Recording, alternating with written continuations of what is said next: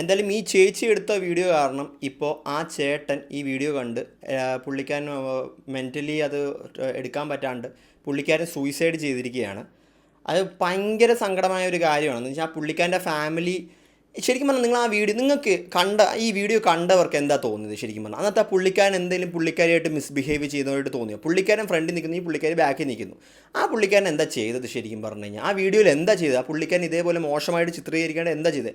എനിക്കിനി നിങ്ങളോ ആണുങ്ങളോടാണ് പറയാനുള്ളത്. അതായത് നിങ്ങൾ ഇതേപോലെ ബസ്സിൽ യാത്ര ചെയ്യുന്ന സമയത്ത് ഇതേപോലെ നിങ്ങളിപ്പോൾ ഒരു സീറ്റ് ഇരിക്കുകയാണെങ്കിൽ വേറൊരു പെൺകൊച്ചു വന്ന് നിങ്ങളുടെ അടുത്തിരിക്കുകയാണ്, നിങ്ങൾ ദൈവത്തെ ഓർത്ത് നിങ്ങൾ ആ സീറ്റ് അങ്ങ് മാറിക്കൊടുക്കുക. നിങ്ങൾ നിന്നോ, കുറച്ച് നേരം നിന്നോ. എന്ന് വെച്ച് കഴിഞ്ഞാൽ നിങ്ങളുടെ എന്ന് വെച്ച് കഴിഞ്ഞാൽ ഈ കാലഘട്ടമാണ് എന്താ സംഭവിക്കുന്നത് ഒന്നും പറയാൻ പറ്റില്ല. നിങ്ങളങ്ങ് മാറിക്കൊടുക്കുക, അതാണ് ഏറ്റവും നല്ലത്. പക്ഷേ ഇത് എനിക്ക് കണ്ടിട്ട് ഭയങ്കര സങ്കടമായിട്ടൊരു കാര്യമാണ്. എന്ന് വെച്ചാൽ പുള്ളിക്കാരൻ ഇതേപോലത്തെ ഒരു പരിപാടി ചെയ്തിട്ട് ആ പുള്ളിക്കാരൻ്റെ ജീവൻ നഷ്ടപ്പെട്ടു. എന്തായാലും ഇതേപോലെ വീഡിയോ എടുത്തിട്ടിട്ട് ആ പുള്ളിക്കാരൻ്റെ ലൈഫ് സ്പോയിൽ ചെയ്തു. ആ പുള്ളിക്കാരൻ്റെ ഫാമിലി മൊത്തം ഇപ്പോൾ വഴിയാധാരമായിട്ടുണ്ട്.